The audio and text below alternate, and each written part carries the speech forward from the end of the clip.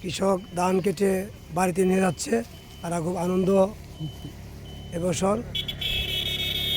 দেখেন গাইস,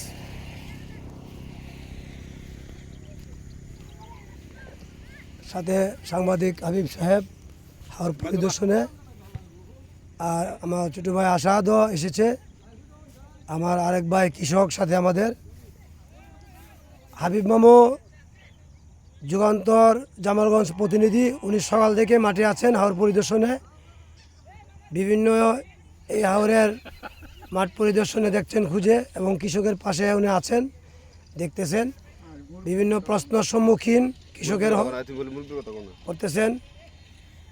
হ্যাঁ চাচা, আপনারা কি ভালো আছেন? হ্যাঁ ভালো। আপনার কি নাম? রফিকুল ইসলাম। রফিকুল ইসলাম। এবছর আপনাদের ফসল কীরকম হয়েছে?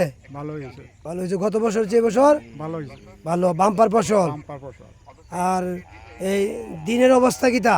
দিনের অবস্থাটা একটু মোটামুটি তেমন একটা ভালো না। যদি দিনের অবস্থা এরকম থাকে বা একটু যদি ভালো হয় কি হবে? এর চেয়ে যদি ভালো হয় দিনের অবস্থা, তো বৈশাখী তাড়াতাড়ি উঠবে। তাড়াতাড়ি উঠবে। একটু খারাপ হয় তো হাওড়ে ধান। আমাদের পার্শ্ববর্তী রাষ্ট্র ইন্ডিয়ার পানি ঢুকতে পারে নাকি? ঢুকতে পারে।